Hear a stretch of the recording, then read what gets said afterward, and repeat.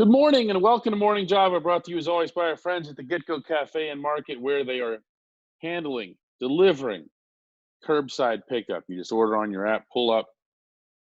I was going to say you walk in. You don't walk in. You just sit there. They bring you your order out here. I'm joined by Ramon Foster down in Tennessee. Ramon, let's talk some football. What do you say we talk football? Yes, I'm That'd be okay all with right. that. Yeah, we can talk about other Yeah, things you're later. all But right? yeah, Okay, all right. let's get a little football going. Let's do football. The Steelers are not inside the Rooney complex yet. They're allowing staff in there. They're allowing a couple of injured players in there, but they're not in there. Roger Goodell has made it clear they want teams back in there soon with coaches, whatever, Yeah, but they're not in there. Why does that matter? For somebody who's watching this develop from afar, they're going, well, who cares? I mean, it's June. It's early June. What yeah. does it matter if they're in the building or not? It matters because one, that team camaraderie is actually it grows this part of the year, and then also I've talked to a couple guys on the Steelers that of course I still have friendships and relationships with, and also on other teams too. And what's happening right now is it is June and guys have been training every day nonstop, a lot of them by themselves and going to the same place every single day. And I know you're supposed to be pros and professionals, but think about doing the same thing over and over and over with no Alone. payoff. Alone Alone. with no payoff, and that's why, you hear a lot of people say, I got paid to practice. The game is free. It's because you look forward to the game, and what's happening right now is a lot of guys are just training every single day doing the same mundane thing to where it's become boring. And I hate to say it that way, but it is. I've been a guy where you have to train by yourself for a while, but I've also gotten a break in that also because now it's OTA time. Now it's phase one time where I'm around the guys. I can joke with this guy, laugh with this guy, we lift with that guy. And right now, guys are I guess you can say getting a little bit spent on just the solo training of making sure that you're on top of it. And the other side of that is you use the OTAs and mini camps and just being around the guys as a measuring stick also. Okay, well, I am in good conditioning shape. You can run 2110s 3 times a week, but you still will question yourself because you don't have anybody to use as a measuring stick next to you, or to say a coach like, hey, you're doing good, you can pull off a little bit, which Coach Garrett Guimont is really, really good at. It's like, hey, you're ahead of schedule, pull back a little bit.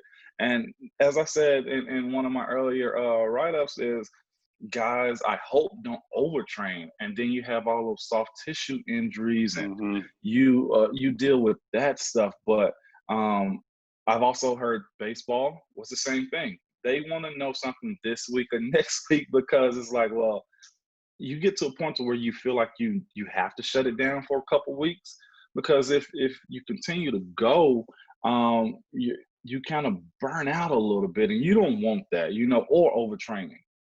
No, or up here too. It's Yeah, funny. We talk about facilities, and the other thing that came out this week in the news was that the 10 NFL teams, and one of them is the Steelers, have been told to stay at their team facilities and not go, quote unquote, off campus yeah. for their training camp. Now, in the Steelers world, of course, off campus means on campus. And not being at St. Vincent College for the first time in forever. Man. Okay, but that's what I want to ask you here, because now we're going from one hand saying, boy, they really need to get into the South Side. Oh. But now it's going to be nothing but the South Side in theory once that's confirmed. What impact would that have? That would be different. I think the guys would adjust, but it would be different. You got to ask yourself, what's the logistics of I think the biggest thing about camp is you want everybody together. Mm-hmm. And the thing about being together is who can put that many people up in a hotel room in Pittsburgh, which we've never done that before. Mm-hmm. St. Vincent's prepared for it because it's an empty dorm. I just think it's a lot of things that could go on, or guys get maybe distracted in the sense that, hey, this is new to us. I'm still in the city. I think Coach Tomlin and his staff enjoy that because you get guys in the middle of Latrobe, and football is all that you got going on. When you have That is a nice way to put that. That is true. yeah, when you have young guys, especially their first few years in the league, and they're still in the city limits around Pittsburgh, that's asking a whole lot of it.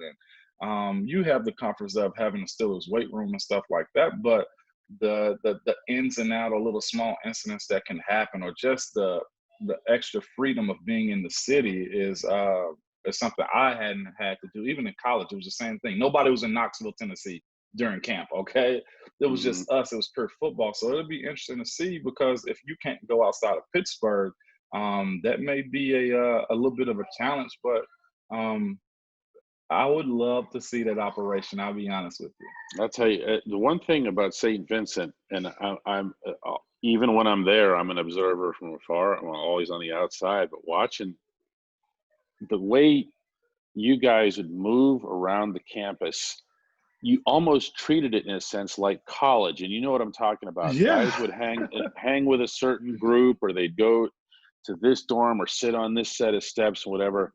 And I know I've heard stories, including from Troy Polamalu over the years, about different experiences that you guys would have, shared experiences at St. Vincent, because like you said, there was nowhere else to go. You had no choice but to get to know each other and trust each other. Yes, and on top of that, there's a lot of like small traditions that you don't even think about. I'm running it through my head right now. As you said, we move around campus. Think about it, you get done with that, you go to the weight room, and then I'm sure you guys have seen it outside the dorms where you don't want to be at the entire. Guys are sitting on the concrete stoop out there. Right out front, yep. Different things going on. The guys are in the trucks and like the parking lot, or walking up to the parking lot, or over on the other side of the dorms. There's so many different. It's all like this, because of the way those winding paths are. Everybody's running into each other. Everybody's saying hello, or they're on those little carts that everybody driving everybody around, the little golf carts and everything. But you see everybody. That's why I said it feels like college. I would imagine it's going to be a pretty significant change for the coaching staff and really for the leadership of the team.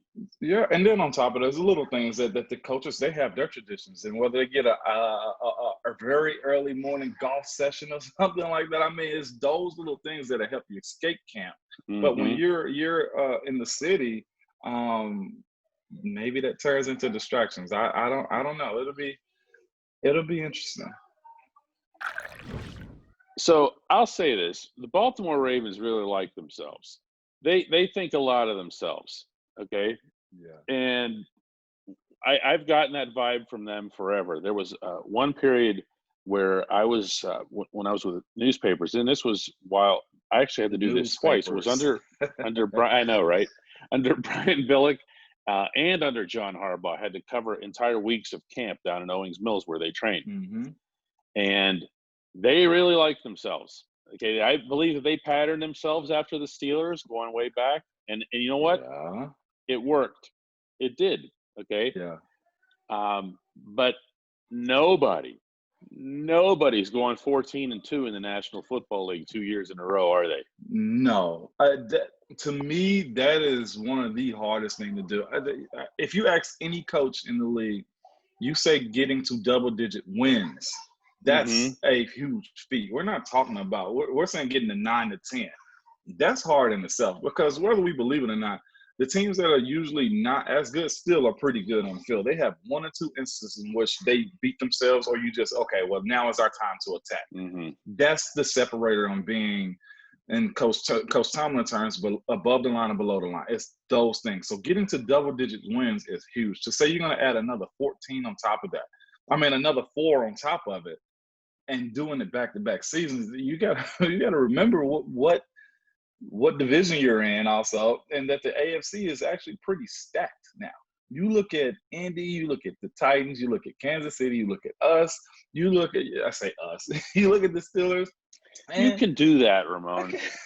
You have to stop being, you're so self-conscious about that. Don't worry about it. But I say that to say, like, the AFC North is not an easy task in itself. And then you got to play outer conference, which I think the AFC North has the AFC South this year, which is it's not a cakewalk anymore dealing with that division either. So to say 14 games, man, you are very high strung. It's something to shoot for, but I can see them getting maybe 10 to 12. Yeah, I'm checking here the Ravens schedule, and I want to say that it opens with a rather rough ride. Yeah. Because they open up with here. I'm looking at it. They open up with Cleveland, at Houston, at home to Kansas City.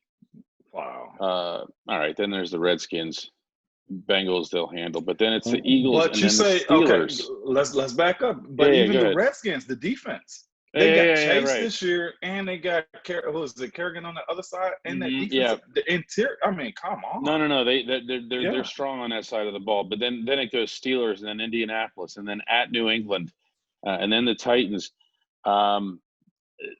You're not going 14-2. You're not. They're just not. And I think that sometimes people think that just because something happened once, it's going to happen again. They don't look at a lot of the other factors. So many things went right for Baltimore. Yeah. To their credit, offensively, especially, what they were able to do. But, Ramon, what they did offensively to an extent, and they acknowledge this themselves by describing themselves as if they invented football, is they came with an offense that most teams weren't ready for.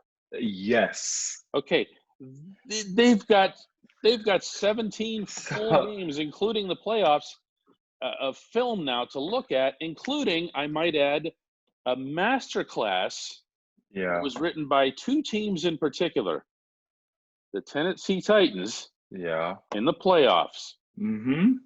and the Pittsburgh Steelers in the regular season. Yes. The Steelers didn't win that, and I'm talking about the one from earlier on. Yeah. The Steelers defense had an answer Yeah. for everything Lamar Jackson. We couldn't get it together. Yes. You said that, not me. Offensively, we didn't get it together. 100%. Right. Yes, I'm a realist in that. But the defense was not fooled at all. Had no problem containing Lamar. Nothing. Okay, so 14-2. No. I'm so hype about what you're saying right now. Go. Because I'll say this too. I will not minimize Lamar at all. Mm-mm. Lamar is good. I think he's going to be very special.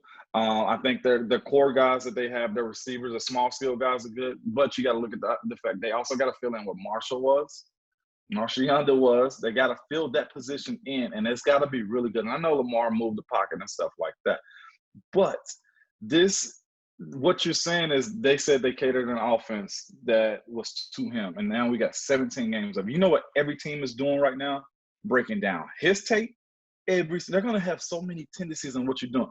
It's always surprising. That's why I said when we had the conversation about elite quarterbacks, that's why Ben always says, I give him about 3 or 4 years before I say yes or no on him. And that's no slight to him. Like a guy can have an all-American, like an all-pro Pro Bowl season.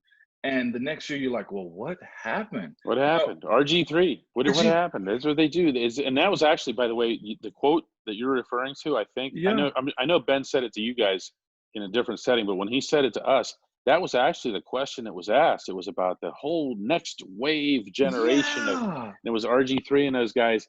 And it was like, is this going to be the best class since you and Eli and Phil Rivers? And you're like, Ben's like, let's see them have their flaws and their holes exposed. People don't realize that coaches will notice stuff like, oh my God, when he holds the ball this way with his elbow at a 27-degree angle, he's going to go running to the right. And you're like, really?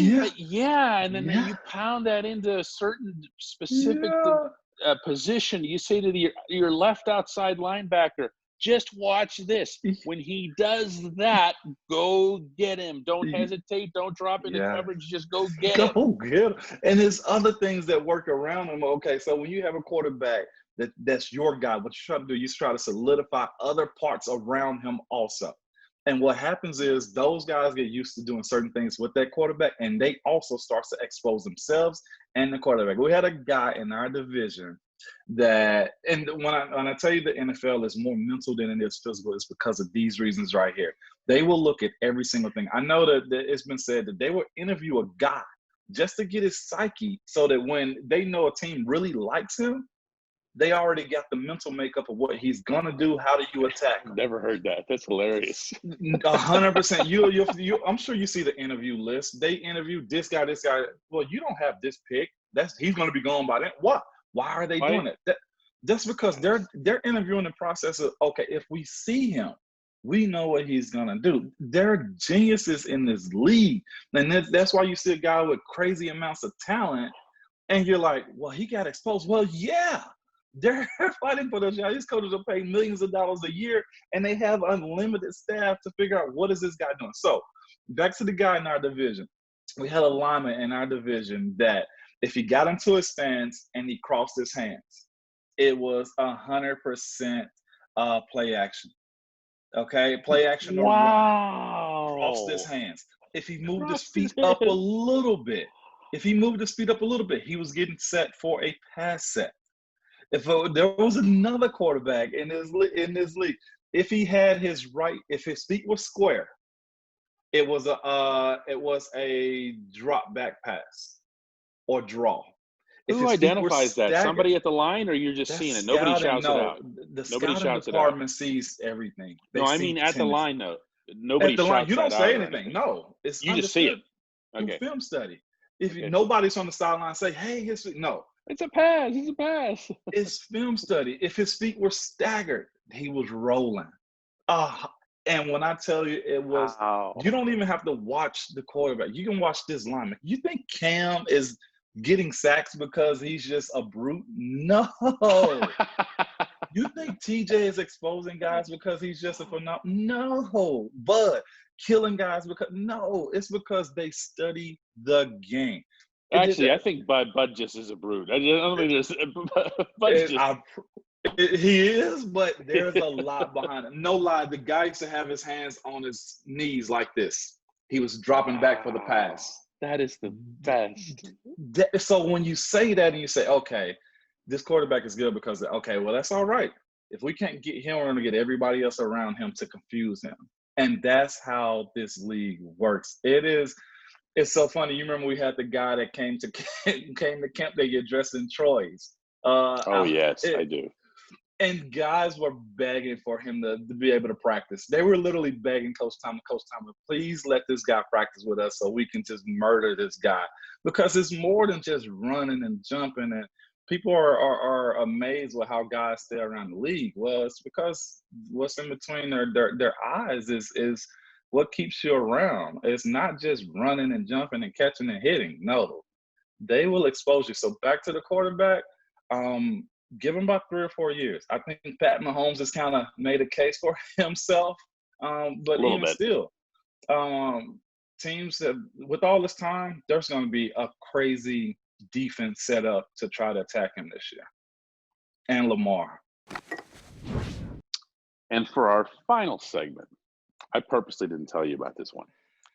There was a time, this was at camp last year, and I'm off on the sideline here, and over to my left is this group of total dweebs, right?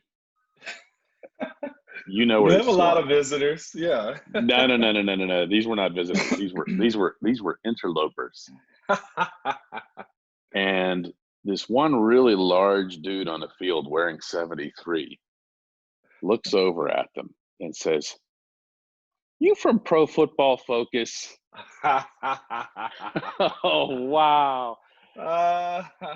And the things that you said after that, I'm only going to be able to paraphrase, but it was something along the lines of, do you understand that absolutely nobody who is out on this field right now respects a single thing that you do? And I was like, I have heard that universally from football players, from football coaches, that the PFF grades mean nothing.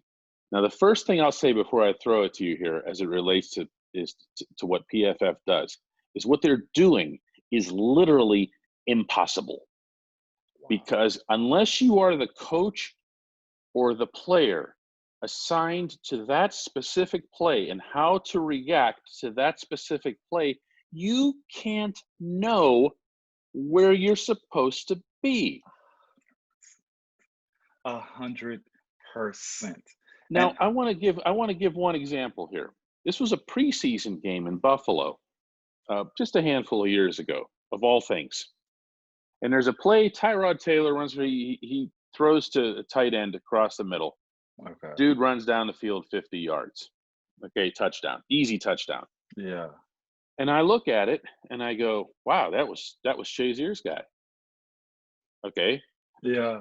Because you're seeing he's the guy that covers the tight ends out of the whatever. Right. Okay. And I'm down in the locker room, and we're not asking the hard questions on a preseason Right. game. Okay. But what the heck, as long as we're down there and I ask Shay, about this, and then Shay, to his credit, he's just sitting there eating the blame. Okay. Right. Yeah, I mean, and you can Yeah. picture that.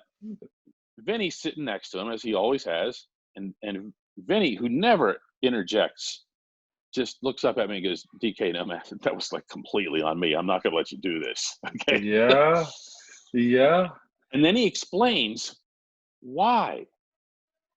This is it was a Tampa 2. They were in a Tampa. The defense was in a Tampa 2, so it actually was Vinny's guy. If Vinny doesn't tell me that, Yeah. I can't know that if I'm George freaking Hallis, Yeah. that it was his guy in that specific setting. So the grade that gets assigned is completely wrong, no matter who it is, if you don't know. 100%. It's been times where I've seen stuff tweeted at me about giving up a sack or something like that.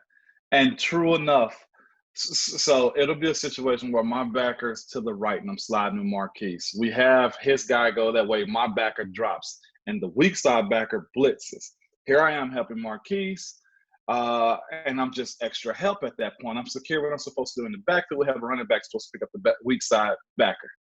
I turn back a split second later to try to assist the running back, but let's say he runs past me, but I think the running back got him. Let's say if the running back has a mental error and he leaves too because the linebacker comes late. Right.